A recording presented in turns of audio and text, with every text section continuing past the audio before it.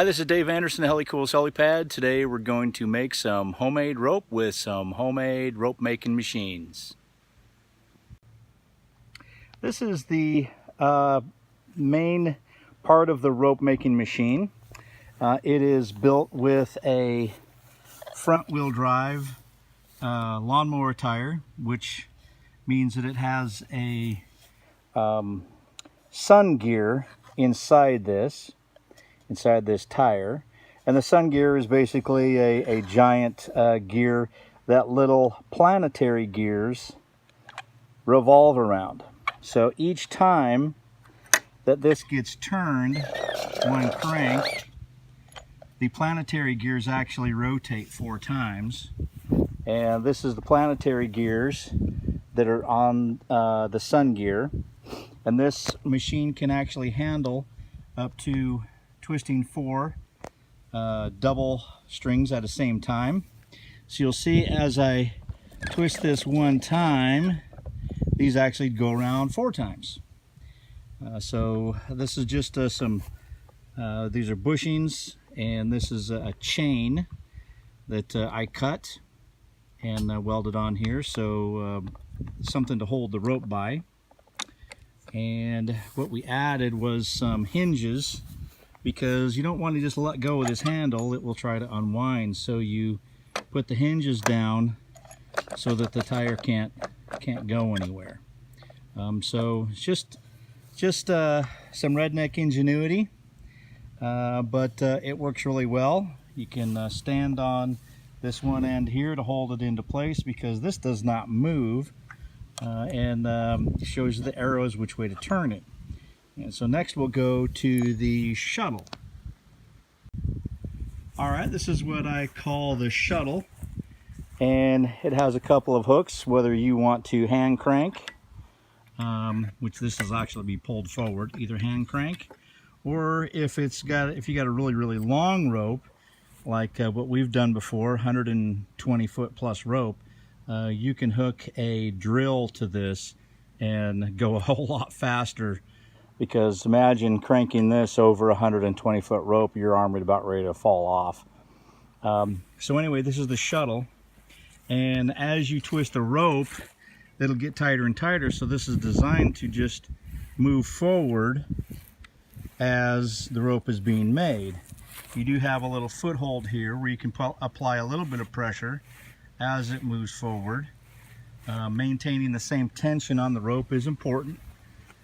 Because if you don't, then you'll get little kinks in the rope, and it just won't look as impressive as if you didn't keep the tension that way.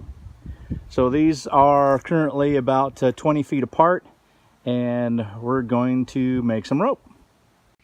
All right, so the first thing you do is you take out it's baling twine. It's it's the thick stuff, the blue. It is color coded and is very strong. I think this is somewhere around 600 pounds tensile strength. Rope actually gets stronger as you weave it together or as you twist it. So all I'm going to do is 2 half hitches, and I just want it to stay on there on that turning fork, just so I can run it down to the rope making machine and hook it on there. You can follow me.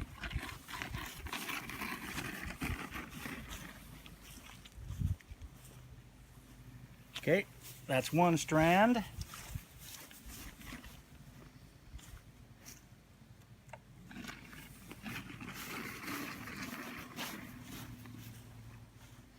As you can see, I'm going to try to keep the same tension.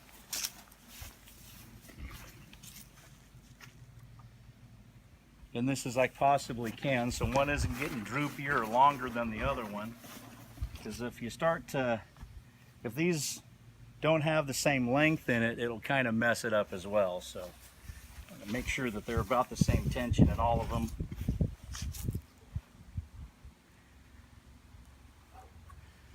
Okay, now that I've got back to here, just trim it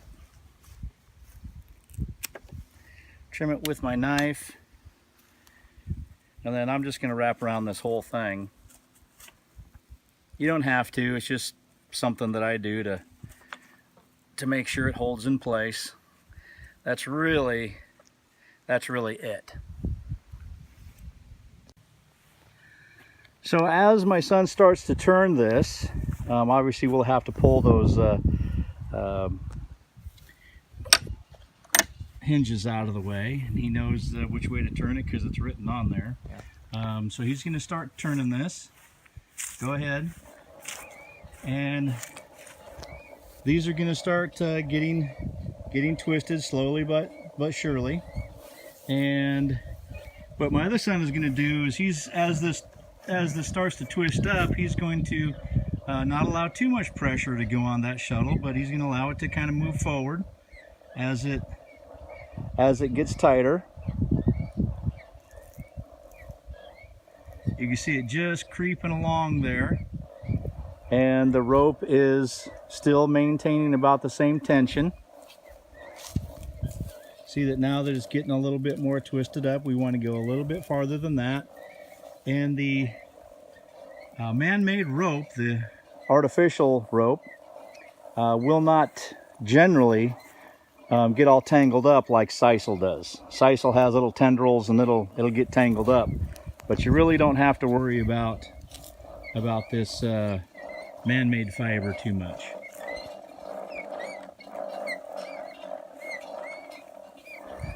Okay, so you're looking for this to be kind of wound up pretty good, where it's getting fairly tight. That's about right in there. So you can kind of see how much it's wound up. Now what we're going to do here is we're going to turn it in the opposite direction than what it was just turned. But what that does is it also takes the wraps out of here. So every time he goes around 4 times, Alex is going to turn it once to keep this same amount of wraps in here. Now at this point we need to add the rope wrench.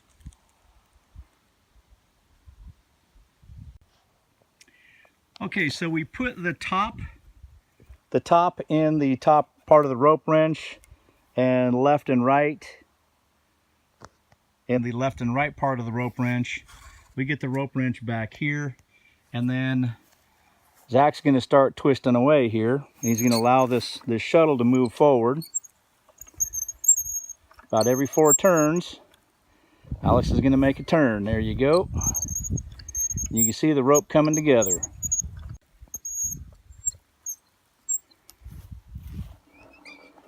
You don't have to wait. Just crank it away. He'll count.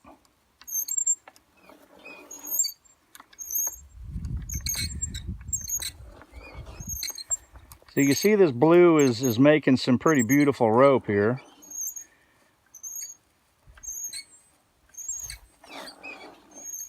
As soon as you get about halfway or so, what Alex is going to do down at the end there is he's going to, instead of every 4 turns, it's going to be every 5 turns, because we're getting shorter and shorter here.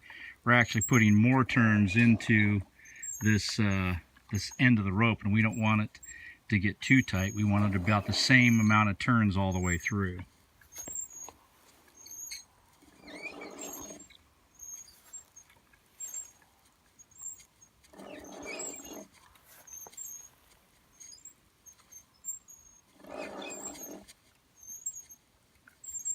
I'm applying a little bit of back pressure on this rope wrench. A lot of times what people will do is hang a weight by the very bottom here and just allow the wrench to travel down the track by itself. Now what you're going to do, Alex, is about every 6 turns,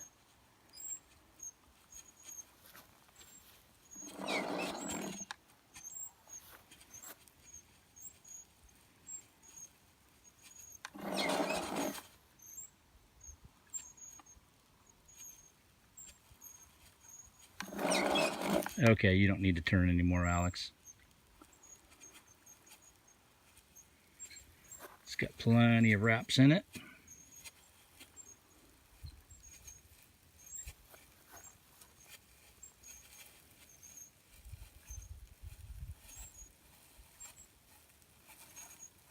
Okay, Zach. Okay, so we're just going to whip this end. Now it is man-made fiber, so you can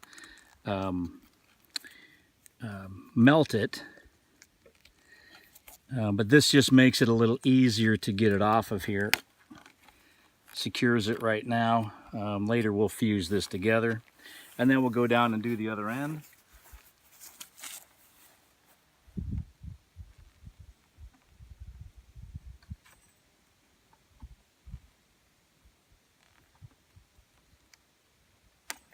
Again, this is just temporary.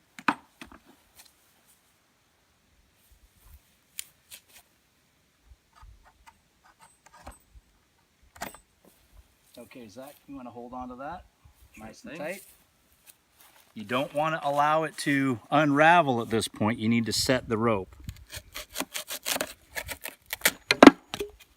So there's a lot of tension right now in this rope, and it wants to unravel on us, but in order to set it, we're going to play a little bit of tug of war.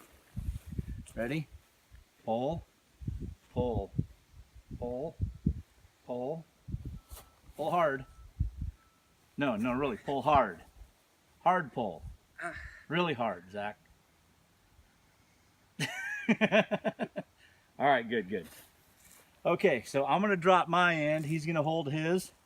It's still, I can feel it's still got a little bit of tension. It'll probably unravel about 8 times. Maybe a little less, about 4 times it looks like to me. And now we have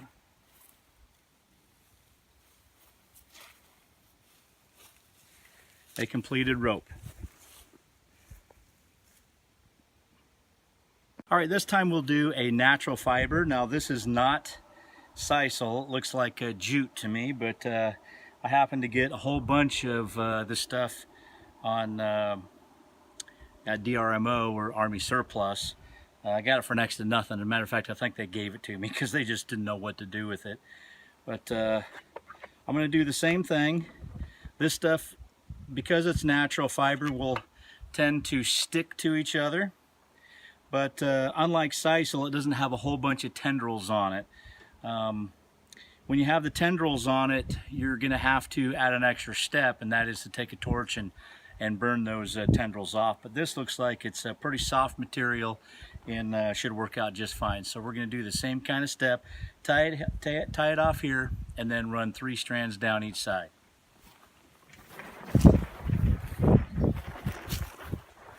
Hey Zach, do you want to stand here and kind of unravel this since it's coming out around the side?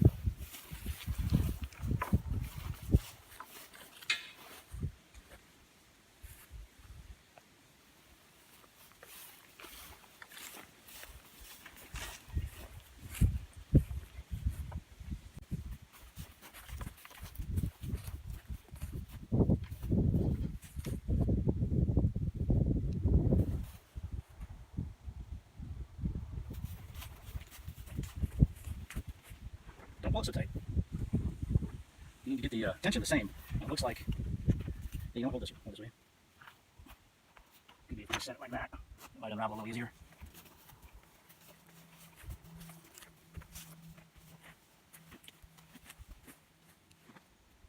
Of course I say that, it doesn't.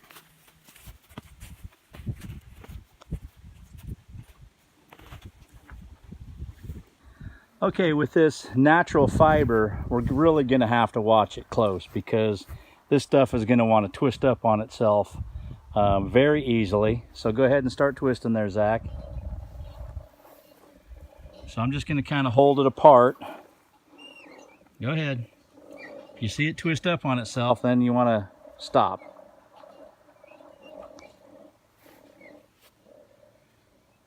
It's doing pretty good for right now.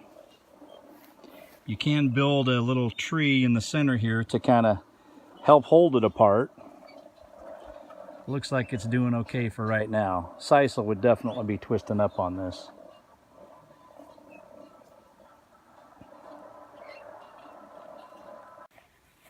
Okay, as you can see, we've got it pretty well tightened up. So again, for every 1 turn, Zach is going to turn it. I'm sorry, for every 4 turns back here, Zach's going to have to turn it once there. But since we're having a drill, I'm going to put actually this on low, so it's going a little bit slower. Zach, this thing is going to start flying, so you're just going to have to just nice and slow, just keep turning it. Okay? All right, I have the wrench. Go ahead there, Alex. Go ahead and press it there, Alex. Nice and slow, Zach.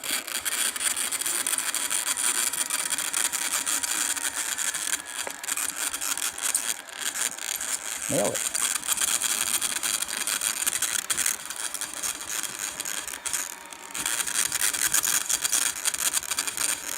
Okay, stop everyone.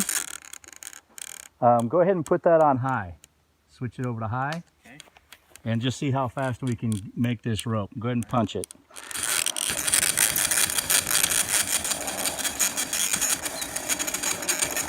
Okay, stop everyone. Alex, just a little bit farther forward. Good. Okay, put these in place. You can see how fast you can make a rope. It's you got a little drill on there, it'll go super fast. So again, we've wrapped it with some electrical tape, and we're going to hold on to that end. Grab onto that with your spare hand. Got it? Yeah.